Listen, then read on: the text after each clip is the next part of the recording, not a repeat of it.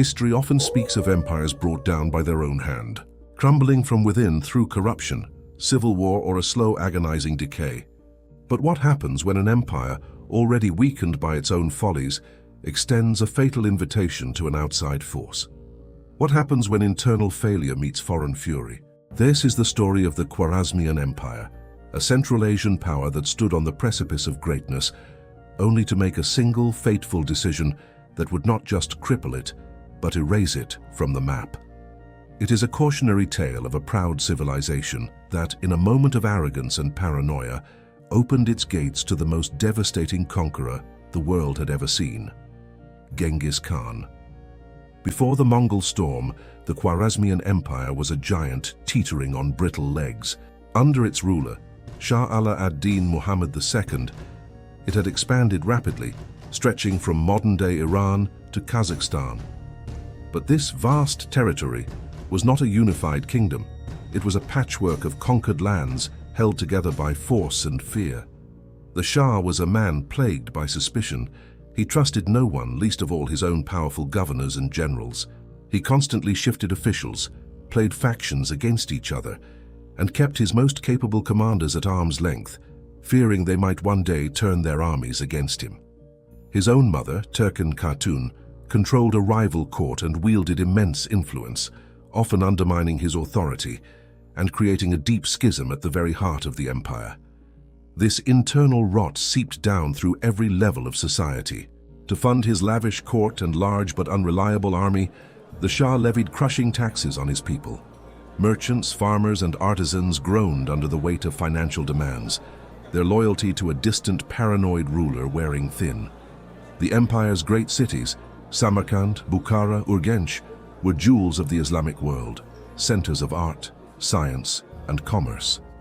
But beneath the glittering veneer, resentment simmered. The Shah's aggressive policies had also alienated his neighbors. He had picked fights with the Ghurids to the south, and even challenged the authority of the Caliph in Baghdad, the spiritual leader of the Muslim world.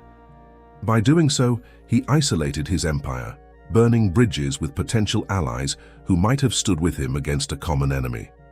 The Khwarazmian Empire was a magnificent hollow shell, rich in resources and manpower, but fatally lacking in the trust, unity, and stability that forms the true bedrock of any lasting power. It was an empire ripe for disaster, waiting only for a spark to ignite the flames. That spark arrived in the year 1218, not with an army, but with a caravan. Genghis Khan, having just united the Mongol tribes and conquered northern China, sought not war with Khwarazm but trade. He sent a massive caravan of 450 merchants laden with goods to the frontier city of Otrar. It was a hand extended in peace and commerce. But the governor of Otrar, a man named Inalchuk, who was also the Shah's uncle, saw not merchants but spies. Driven by greed or paranoia, he accused the men of espionage, seized their priceless goods, and, with the Shah's foolish approval, executed the entire caravan. It was an act of breathtaking stupidity and a grave insult. Genghis Khan, a ruler who valued diplomacy and the safety of his envoys above all else, was patient. He sent a second delegation, this time of 3 diplomats, to demand that the governor of Otrar be handed over for punishment. It was a final chance for the Shah to avert catastrophe. Instead of seeking a peaceful resolution, Shah Muhammad made the single worst decision of his life. He doubled down on his arrogance. He ordered the lead Mongol envoy to be executed and had the beards of the other 2 shaved off, a profound humiliation. He then sent them back to Genghis Khan.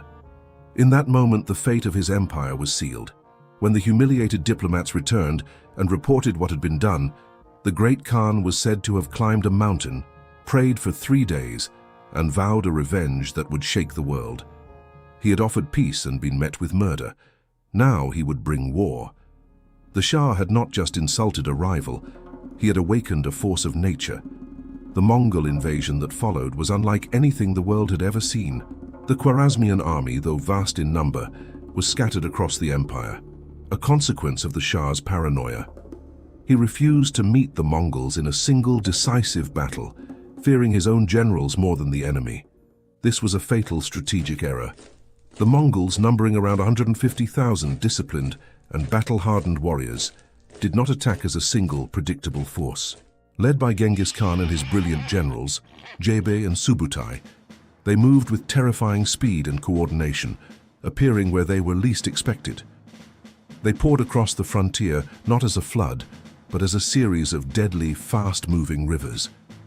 They employed masterful siege warfare, using captured engineers to build sophisticated catapults and siege towers, but their greatest weapon was terror. At the gates of the magnificent city of Bukhara, they offered a choice: surrender and live, or resist and die. After a brief resistance, the city fell. The garrison was slaughtered, and the city's elites were gathered in the main mosque. There, Genghis Khan himself rode his horse inside, ascended the pulpit and declared himself the scourge of God, sent to punish them for their sins. Then, the city was systematically looted and burned to the ground. The same fate, or worse, awaited Samarkand, the capital. Its walls were breached, its people massacred, its artisans and craftsmen carted off to serve the Mongol war machine. The Shah, a coward in the face of the storm he had created, fled. He ran from city to city, hunted by Mongol horsemen, until he died alone and destitute of pneumonia on a small island in the Caspian Sea. His empire, a vibrant center of civilization, was shattered, its cities reduced to ash, its irrigation canals destroyed, and its population decimated. The Mongol storm had not just conquered Khwarazm, it had all but erased it from existence. Looking back across the long arc of history, a haunting pattern emerges. Internal decay, corruption, and foolish leadership can wound a nation, can make it sick and weak, sometimes for generations. It can lead to stagnation and decline, but rarely does it lead to total annihilation. The true erasure of a people, a culture, a memory from the world's stage often requires something more. It requires the intervention of a foreign power, invited or provoked, that has no stake in the nation's survival, only in its plunder or its destruction. A civil war may scar a land, but an outside conqueror can salt the earth. The internal failures of Khwarazm were profound and undeniable. They created the weakness, the vulnerability. But it was the Shah's arrogant provocation of an external force, the Mongols, that turned a potential decline into an utter apocalypse. This is the timeless and terrible lesson of the Khwarazmian Empire. A weak and foolish ruler can bring suffering and hardship upon his own people. He can damage his nation's foundations and stain its honor. But a ruler who, in his arrogance, invites an unstoppable foreign power to his doorstep does something far worse. He signs his civilization's death warrant. Internal failure wounds a nation, but a foreign conqueror, unleashed by pride and stupidity, has the power to erase it forever. Thank you for watching. If you found this story compelling, please consider liking this video and subscribing for more journeys into the past.